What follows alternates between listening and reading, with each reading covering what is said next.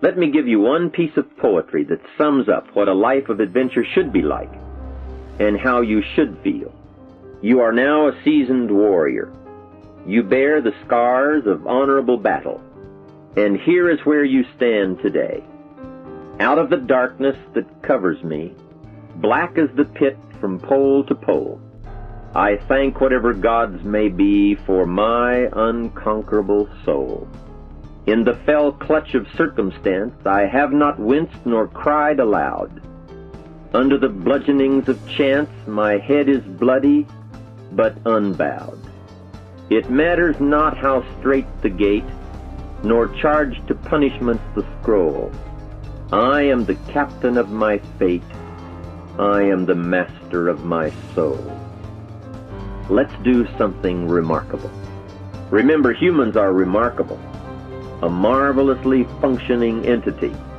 Imagine how uniquely your body and mind have survived and managed to function in spite of all the worry. Humans don't die easy. They die hard. Develop a plan for your life rather than aimlessly drifting through it, the victim of circumstance. Create your own environment and learn to control it. You control your own mental environment by developing yourself. So go on a crash program to clean up decisions. Get things done. Get other things set up and started and organized. Start doing all the things that would make you feel better. Exercise, diet, reading more books. Open a floodgate of positive moves in the right direction. And be thankful. Add up what you do have. Make an actual as well as a conscious mental list of all you possess, tangible as well as intangible. In view of the 4 billion other inhabitants of the world, yours is probably an incredible list. That list and being thankful should then lead to the big step of discipline. The discipline to sit up and listen. The discipline to pay attention. The discipline to give people and kids the gift of your attention. The discipline to be alert. Take care of yourself. Rest, eat properly. The discipline to talk well and practice good manners. Courtesy is contagious. Take one day and see what a variety of positive steps you can take and projects you can take on. At the end of the day, go over it. Write out the positive steps, the progress on projects, the rest, the exercise, the meals, the hobbies, calls, records, conversations, and letters. And speaking of calls and letters, write at least one encouraging letter or thank you note. And make at least one encouraging phone call or thank you call every week. Then have a friend help you, as one helped me, to get all the facts and prepare for action. From such a friendship, the greatest gift you can draw is the truth.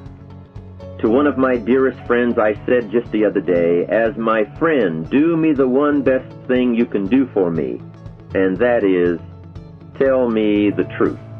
From there I can grow. I can start making wise decisions.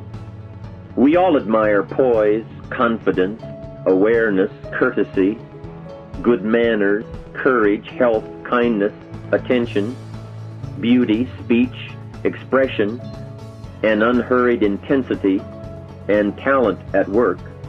This can be your life.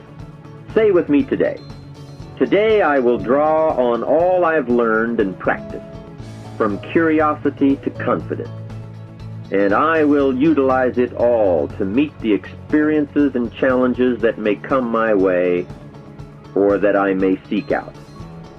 And if all I know and do does not meet or match some unforeseen challenge or experience, I will keep careful notes and take them to my private conference table and try to figure them out and learn and grow.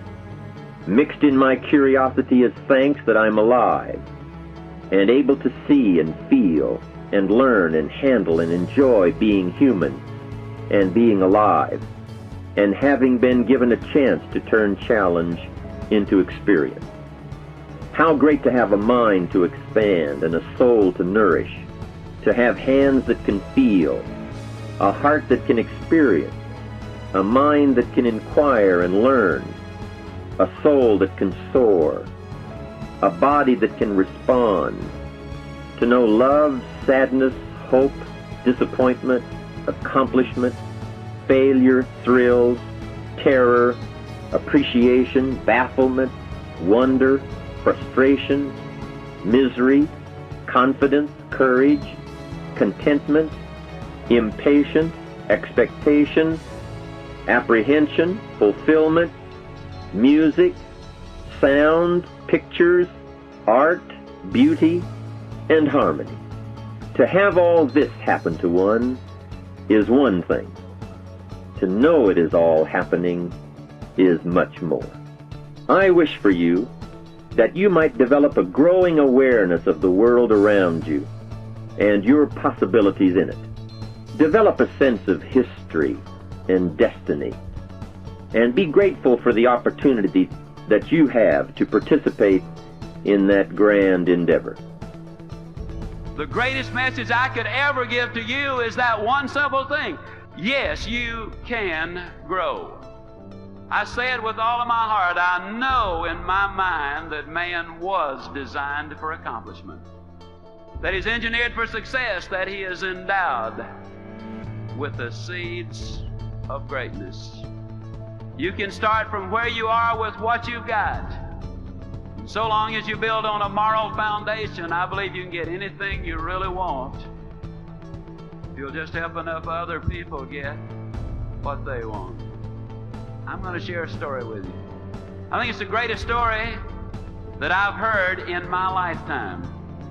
The story goes back nearly 13 years. I was speaking in Kansas City, and there I met a man. His name is Bernie Loftig.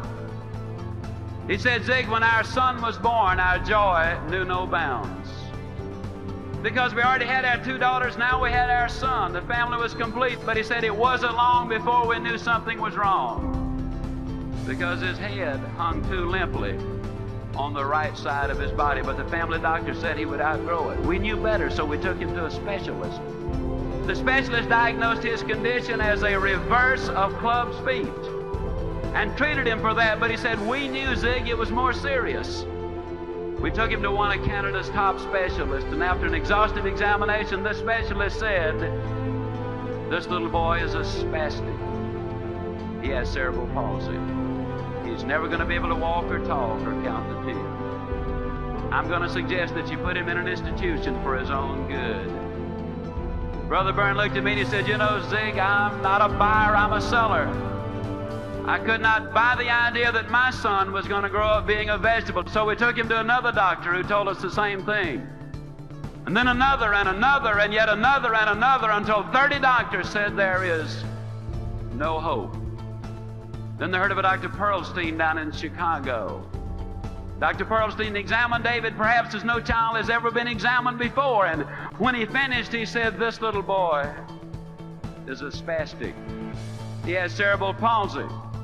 He's never going to be able to walk or talk or count to 10 if you listen to the prophets of doom. But he said, I want you to know that I am not problem conscious. I am solution conscious. And yes, I believe there is something that can be done for this boy if you are willing to do your part. Well, obviously, Byrne and Elaine Loftig said, Doctor, tell us what to do. We will do anything. The doctor and the therapist and the nurses spelled it out in minute detail. They said, you're going to have to push this little boy beyond all human endurance. Then you're going to have to push him some more. You're going to have to work him until he falls. Then you're going to have to pick him up and work him some more. You got to understand that there is no stopping point. That if you ever stop, he goes back. You got to understand that there might be months and even years when you will be unable to detect any change, but you gotta stay with it. And one last thing, don't ever give him therapy in the presence of another victim of cerebral palsy. Because if he sees them taking therapy, he will inadvertently pick up those awkward movements. You see, we become part of what we are around. Whether it's moral or immoral, whether it's good or bad, stay with it long enough and it's going to rub off on you. The Loftics went home. They built a little gymnasium in the basement of their home. They hired a physical therapist and a bodybuilder. It took them a lot of months, but one day David Loftic could move the length of his own body. It took them several years, but one day the therapist called Bernie home and said, "I believe David is ready," and Bernie rushed home. David Loftic was down in the basement and on a little mat getting ready to do a push-up. As that little body started to rise into the air, the emotional and physical exertion was so great there wasn't a dry inch of skin on that little body. When he finished that one push-up, Mother and Dad, and little David, and the sisters and the therapist, and everybody broke down and shed those tears, which so eloquently say that happiness is not pleasure. Happiness is victory. The story, ladies and gentlemen, is even more remarkable when we know that one of America's leading universities had examined this little boy and said there are no motor connections to the right side of his body. He has no sense of balance. He will have extreme difficulty even being able to walk and stand straight. He'll never be able to swim or skate or ride a bicycle.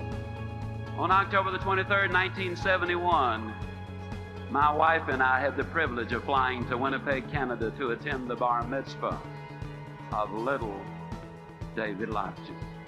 Oh, how I wish you could have been there. How I wish the television cameras of the world had been clearly focused on what we saw as this little boy walked to the front of the synagogue, tall and straight and strong.